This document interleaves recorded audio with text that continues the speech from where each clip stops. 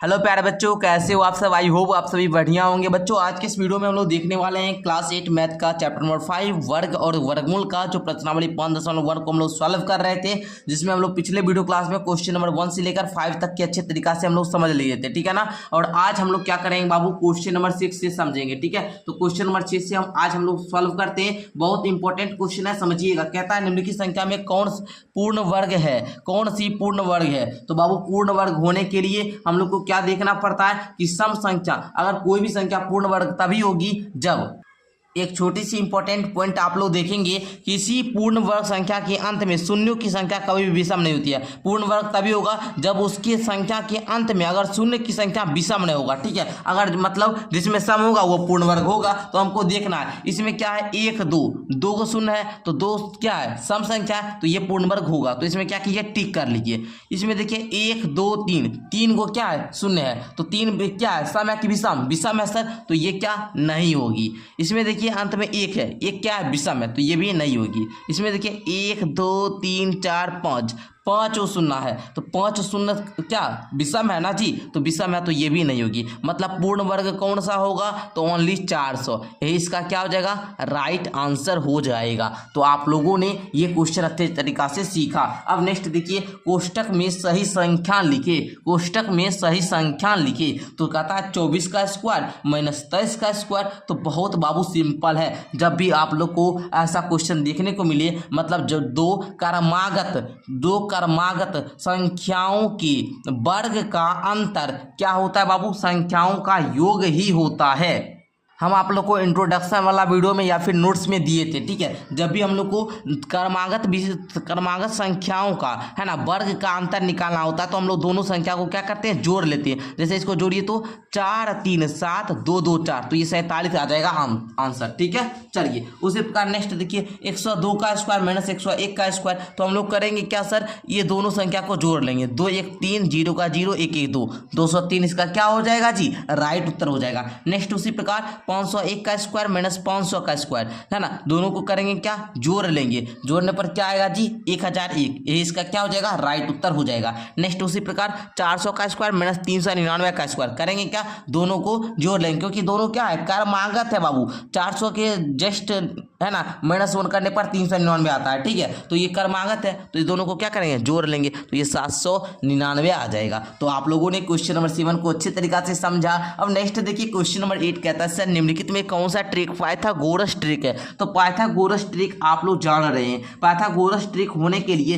एक काम करना पड़ता है, जरा सा मैं आप लोग को उस पॉइंट पर ले जाता हूं, ठीक है। पहले थोड़ा सा समझिएगा प्यारे बच्चों, हमने नोट्स में आपको 11 नंबर पॉइंट में दिया है, यदि MNP सभी धन पूर्णांक हो, मतलब 3 कोई भी धन पूर्णांक हो, और पी स्क्वायर मतलब अंतिम वाला संख्या का स्क्वायर अगर इस दोनों संख्या के स्क्वायर के बराबर आ जाए, तो वे दोनों संख्या, जो तीनों संख्या होगा, वो पाइथागोरियन ट्रिक होगा, है ना, पाइथागोरियन ट्रिक होगा।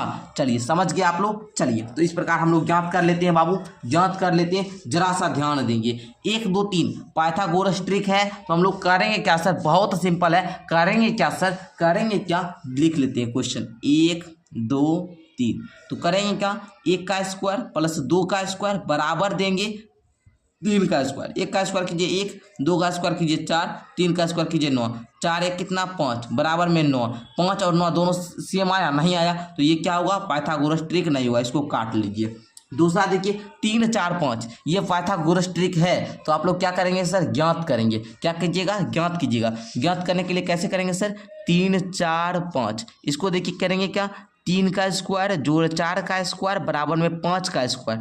3 का स्क्वायर होता है सर 9, 4 का स्क्वायर होता है सर 16, 5 का स्क्वायर होता है सर 25। 16 9 को जोड़ेंगे आएगा सर 25, ये भी है 25। मतलब सर दोनों क्या आया, सेम आया, सेम आएगा, तो ये पाइथागोरस ट्रिक होगा।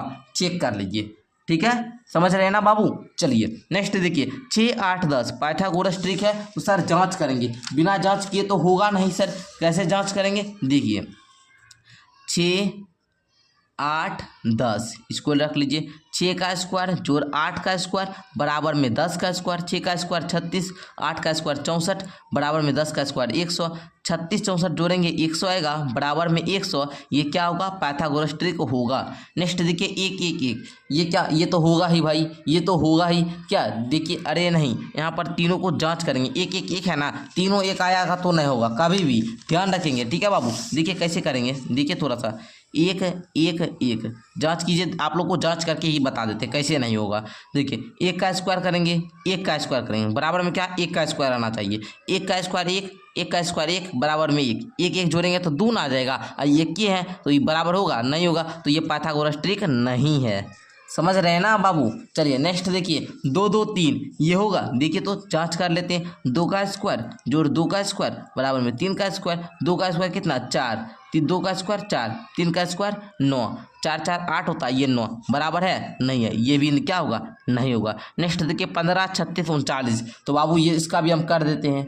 करेंगे किस प्रकार, देखिए 15 का स्क्वायर प्लस में 36 का स्क्वायर बराबर में 39 का स्क्वायर, 15 का स्क्वायर सर 225, 36 का स्क्वायर जब आप लोग बाबू निकालिएगा तो ये आएगा कितना 1296 बराबर में 39 का स्क्वायर होता है सर 1521। अब देखिए तो ये दोनों को जोड़िए, कितना 6 5 11 का 1 बाकी 1 है ना, 9 2 11, 11 1 12 का 2 बाकी 1, 2 2 4 1 5 1 का 1, 1521 बराबर में 1521। दोनों क्या है, सेम है, सेम है, तो ये पाइथागोरस ट्रिक होगा। तो आप लोगों ने देखा, सॉल्व किया, ये संख्या और ये तीनों संख्या क्या है, पाइथागोरीय ट्रिक है। और ये जो जिसमें हम ऊपर में क्रॉस का निशान लगाए हैं वो पाइथागोरस ट्रिक नहीं है, ठीक है, समझे।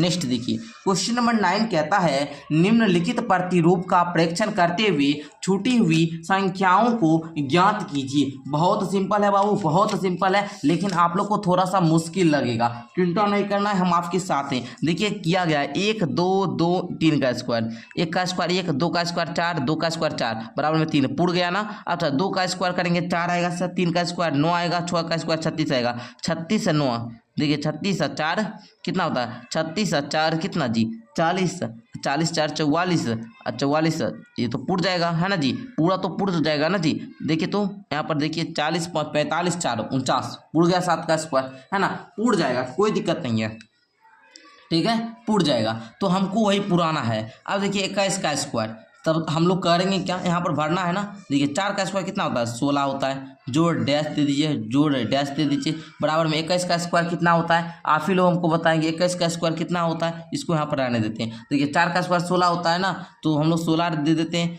5 यहाँ पर हम लोग क्या 5 भर ले, 5 भर लेते हैं, ठीक है ना, 5 भर लेते हैं क्योंकि जस्ट बाद वाला संख्या है, जस्ट बाद वाला, ठीक है, जस्ट बाद। तो हम लोग क्या यहाँ पर कुछ भी भर सकते हैं, ठीक है। यहाँ पर हम लोग 5 भरे, 5 का स्क्वायर 25 प्लस यहाँ पर क्या भरे 21 का स्क्वायर कितना होता है जी, 21 का स्क्वायर कितना होता है 441। अब देखिए बाबू इस दोनों को क्या कीजिए जोड़िए, इस दोनों को क्या कीजिए जोड़िए तो 6 और 5 11 का 1 बाकी 1 2 1 3 1 41 तो आ गया। अब 441 में आप लोग क्या करेंगे 41 को माइनस करेंगे तो ये 400 आएगा, और 400 किसका स्क्वायर है सर 20 का स्क्वायर, तो 20 यहाँ पर भर दीजिए।